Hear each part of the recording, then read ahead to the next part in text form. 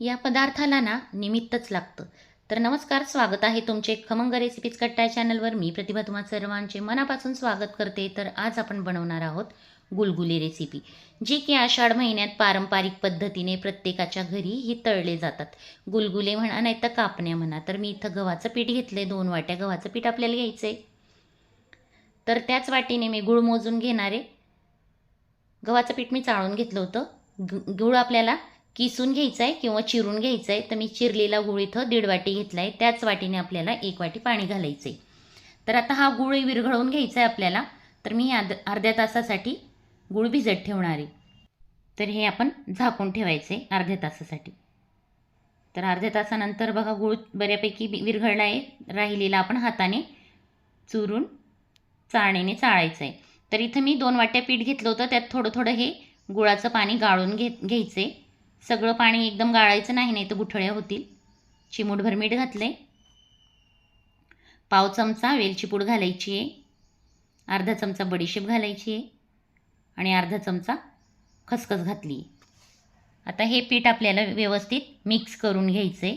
तर हळूहळू आपल्याला यात गुळाचं पाणी घालायचे. तर इथं मी व्यवस्थित मिक्स करून घेते. थोडं थोडी पाणी करत आपल्याला यात घालून घ्यायचे. तर राहिलेलं पाणीसुद्धा मी याच पद्धतीने गाळून घेणारे.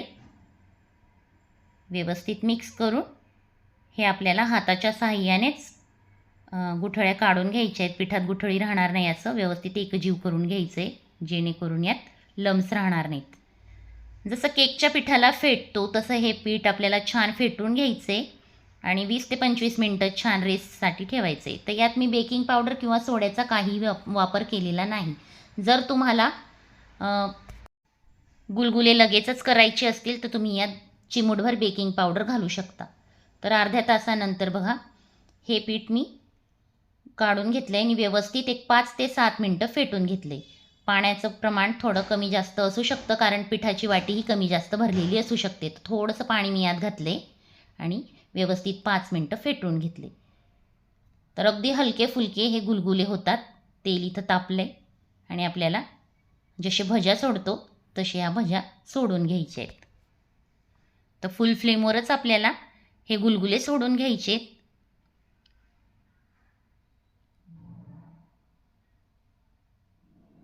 तर मी इथं हे गुलगुले सोडून घेतलेत. फुल फ्लेमवर एकदा पलटी झाल्यानंतर आपल्याला हे गुलगुले लो टू मीडियम फ्लेमवर तळून घ्यायचे, जेणेकरून कच्चे राहणार नाहीत. नाहीतर फुल फ्लेमवर कलर तर बदलून जातो, पण आतून गुलगुले कच्चे राहतात. तर अशा पद्धतीने आपल्याला एकदा पलटी झाल्यानंतर लो टू मीडियम फ्लेमवर छान असे तळून घ्यायचे. तुम्हाला जर गुलगुले लगेचच करायचे असतील तर चिमूटभर तुम्ही बेकिंग पावडर वापरा. त्याने गुलगुले अतिशय हलके फुलके होतात. आणि जर याला भिजत ठेवायचं असेल तर 20 ते 25 मिनटं, कमीत कमी अर्धा तास हे रेस्टला ठेवू शकता. आणि याला केकसारखं छान फेटून घ्यायचं आहे, जेणेकरून आपलं पीठ हलकं फुलकं होईल. तर मी यात बेकिंग पावडर किंवा सोडा काहीही वापरलेला नाही. तर तुम्ही इथं बघू शकता छान आपले गुलगुले फुलले आहेत. दुसरी बॅचसुद्धा मी याच पद्धतीने तळून घेणार आहे. फुल फ्लेमवर हे गुलगुले घालून घ्यायचे.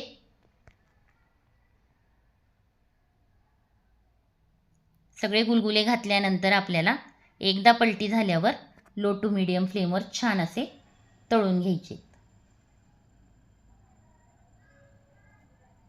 तर ही दुसरी बॅच तळून झाल्यानंतर मी राहिलेले गुलगुले सुद्धा याच पद्धतीने तळून घेणार आहे.